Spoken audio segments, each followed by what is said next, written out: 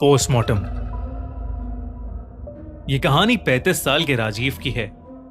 राजीव एक सर्जन था और वो पिछले कुछ सालों से पोस्टमार्टम करने के लिए अपने शहर में काफी मशहूर हो गया था। राजीव कॉम्प्लेक्स से कॉम्प्लेक्स डेड बॉडीज का आसानी से पोस्टमार्टम कर लेता था। उसकी एक्सपर्टीज और कमाल के हुनर को देख शहर के सबसे बड़े हॉस्पिटल ने उसे अपॉइंट कर लिया था। राजीव को वहां काम करते करते करीब महीना भर हो गया था। वो वहां बहुत खुश था, लेकिन उसे नहीं पता था कि उसके साथ आखिरकार क्या होने वाला है। उस दिन की तारीख थी 8 मार्च 2012। होली का दिन था और सब डॉक्टर्स मोस्टली छुट्टी पर थे और इसलिए हॉस्पिटल खाली पड़ा था। पर राजीव उस दिन हॉस्पिटल में ड्यूटी पर था। हर रोज की तरह वो हॉस्पिटल आया और सीधा पोस्टमार्टम रूम में चला गया और उसने अपना काम शुरू कर दिया। उसका असिस्टेंट उस दिन छुट्टी पर था और राजीव अकेले ही बॉडी पर ऑपरेट करने वाला था। उसके सामने एक लड़की की भयानक बॉडी थी और उस लड़की का चेहरा इतनी बुरी तरह से जख्मी था कि राजीव से भी देखा नहीं जा रहा था। काफी कोशिशों के बावजूद भी राजीव को उसकी मौत की वजह पता नहीं लग पा रही थी। राजीव को ऐसा लग रहा था जैसे उस लड़की की बॉडी कई सालों से सड़ रही हो, इसलिए कुछ भी पता लगा पाना मुश्किल हो रहा था। राजीव उसकी बॉडी को ऑपरेट कर ही रहा था, लेकिन जैसे ही वो उस लड़की की गर्दन के पास अपना नुकीला सर्जिकल नाइफ लेकर गया, उस लड़की की आंखें एकदम से खुल गईं। ये देखकर राजीव के हाथ से वो नाइफ गिर गया और वो तुरंत पीछे हो गया। राजीव पिछले 7 सालों से लोगों की बॉडीज का पोस्टमार्टम कर रहा था। कई बॉडीज जिनकी हालत पुलिस भी नहीं देख पाती थी, उन्हें भी राजीव बड़ी आसानी से ऑपरेट कर लेता था। पर जो उसके साथ उस रात हुआ, वो उसने जिंदगी में पहले कभी एक्सपीरियंस नहीं किया था। कुछ दूर खड़े होकर वो बस उसकी बॉडी को घबरा कर देख रहा था। उस लड़की की आंखें अब बंद थीं और वो बॉडी एक लाश की तरह बस वहां पड़ी हुई थी। राजीव को लगा कि मरा हुआ इंसान कैसे अपनी आंखें खोल सकता है, तो उसने सोचा कि शायद ये उसका वहम होगा और उसने आगे जाकर फिर से अपना सर्जिकल नाइफ उठा लिया। राजीव ने उस लड़की की गर्दन में चाकू का ब्लेड घुसाया और उसकी खाल को गर्दन से नीचे चीरने लगा। लेकिन ऐसा करते ही उस लड़की की आंखें फिर एक बार खुली और दाईं से बाईं ओर घूमने लगीं। देखते ही देखते उस लड़की की आंखों का रंग गायब हो गया और उसकी दोनों आंखें बिल्कुल सफेद पड़ गईं। इसके बाद उस लड़की के हाथों की उंगलियां और दोनों पैर जोर से हिलने लगे। ये सब देखकर राजीव बहुत ज्यादा डर गया और वो उस बॉडी से दूर हो गया। काफी देर तक उस बॉडी में कोई मूवमेंट नहीं हुई। बॉडी चेक करने पर उसकी कोई पल्स नहीं थी और ना ही उसका दिल धड़क रहा था। लेकिन फिर क्यों उसकी बॉडी मूवमेंट दिखा रही थी? एक साइंटिस्ट होने की वजह से राजीव अपने साथ हो रही घटनाओं की मेडिकल एक्सप्लेनेशन खोज रहा था।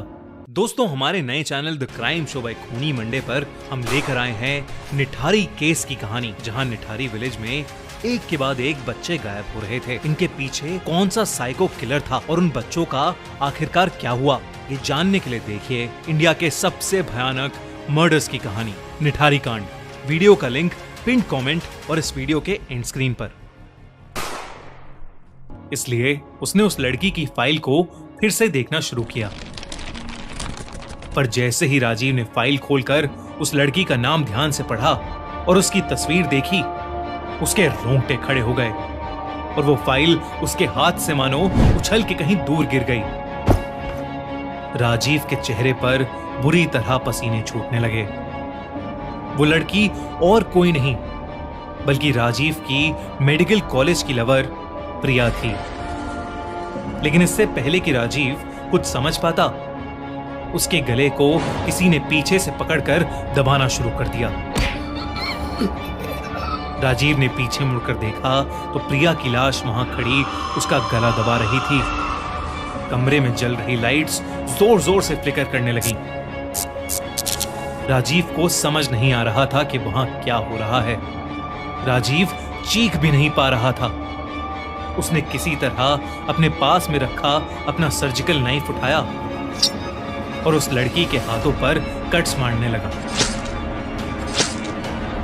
पर वो लड़की अपनी सफेद आंखों से बस राजीव को घूरे जा रही थी और उसका गला दबाए जा रही थी।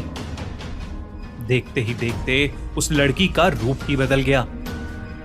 उसके बिखरे काले बाल हवा में लहराने लगे और वो जोर जोर से हंसने लगी, जैसे उसका कोई पुराना बदला पूरा हो गया हो। ऐसा लगने लगा था कि वो कोई लाश नहीं बल्कि कोई बहुत ही भयानक आत्मा है।